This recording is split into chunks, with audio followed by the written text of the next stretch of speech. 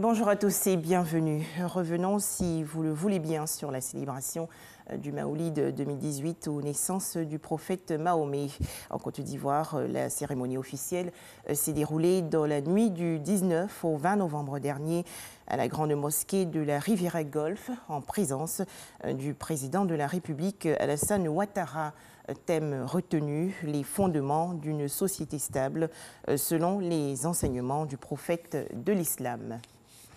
Autre actualité, le 5e Salon international des industries agroalimentaires, plastiques et de l'emballage de l'Afrique de l'Ouest. L'Agrofood se déroule actuellement dans le district d'Abidjan.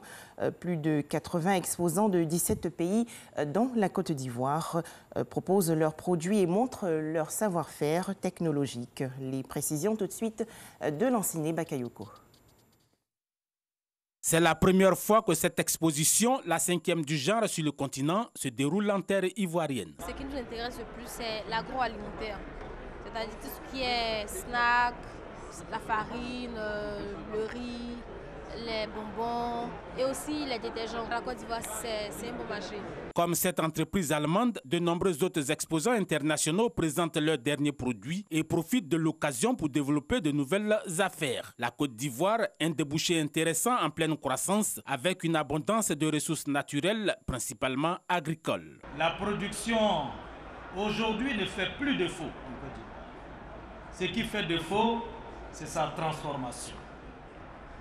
Et là, je voudrais vous dire qu'à plus d'un titre, le gouvernement de mon pays est intéressé par cette problématique. Message reçu 5 sur 5 par le Royaume des Pays-Bas qui, en marge du salon, a inauguré un programme de développement des secteurs fruits et légumes appelé Hortifresh. Je suis très heureux qu'aujourd'hui l'équipe d'Hortifresh soit ici pour présenter le projet et surtout la possibilité de financement pour les entreprises ivoiriennes de fruits.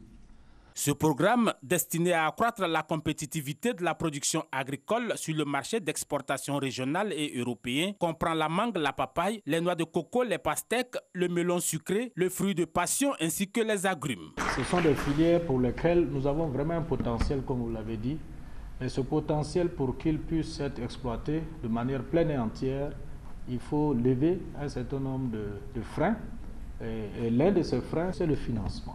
De 12 millions de tonnes en 2012, la Côte d'Ivoire est passée à 24 millions de tonnes, toutes spéculations agricoles confondues.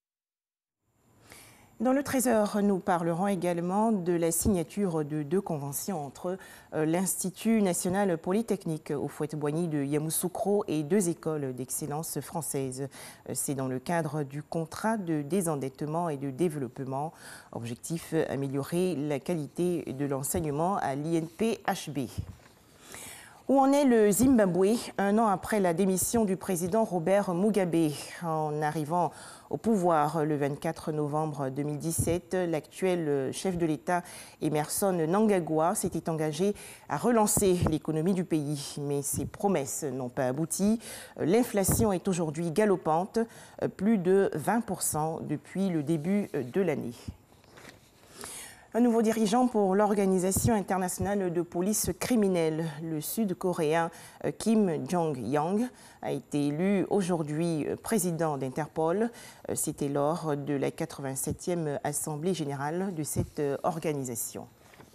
Enfin, l'affaire Carlos Ghosn, le président directeur général de l'alliance Renault-Nissan-Mitsubishi, est maintenu en détention pendant 10 jours. Annonce faite par l'agence de presse japonaise Kyodo. Carlos Ghosn est soupçonné d'avoir caché au fisc nippon une partie de ses revenus. Voilà, merci de nous avoir suivis. On se retrouve dans le Trésor.